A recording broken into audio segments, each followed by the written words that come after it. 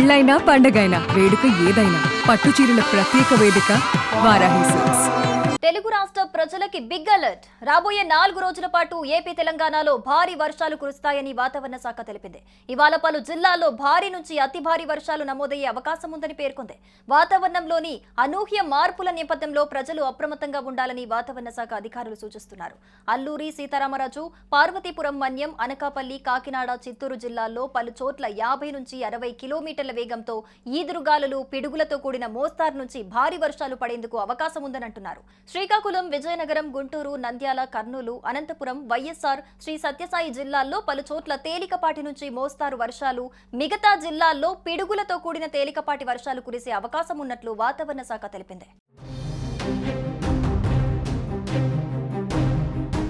ఉపరితల చక్రవాత ఆవర్తన ప్రభావంతో తెలంగాణలో వర్షాలు కురుస్తున్నాయని అధికారులు స్పష్టం చేశారు.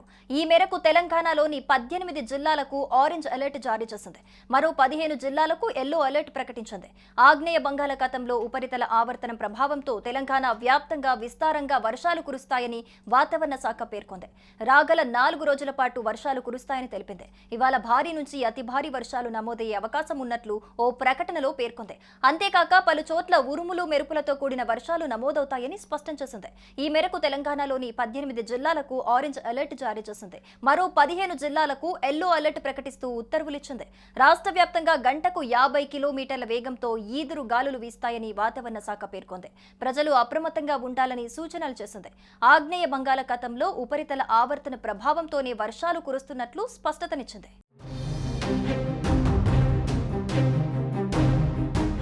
అటు ఆంధ్రప్రదేశ్కు భారీ వర్ష సూచన ఉందని చెబుతోంది వాతావరణ శాఖ.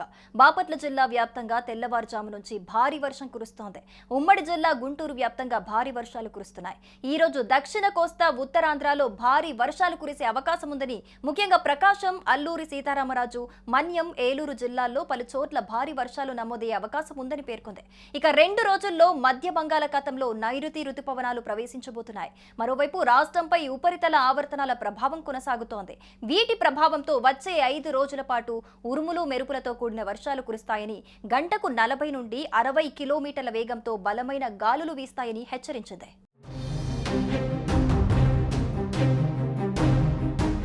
అండమాన్ నికోబార్ దీవుల్లో నైరుతి రుతుపవనాలు చురుగ్గా కదులుతున్నాయి.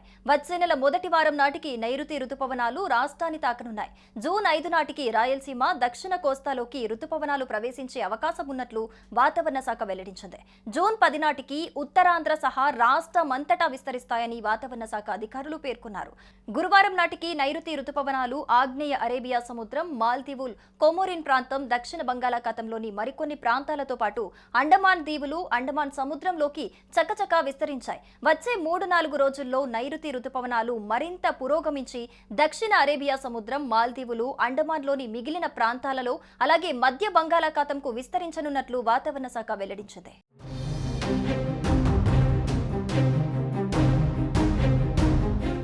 సుమన్ టీవీలో మీ పర్సనల్ అండ్ బిజినెస్ ప్రమోషన్స్ కోసం కింది నెంబర్కి కాంటాక్ట్ చేయండి.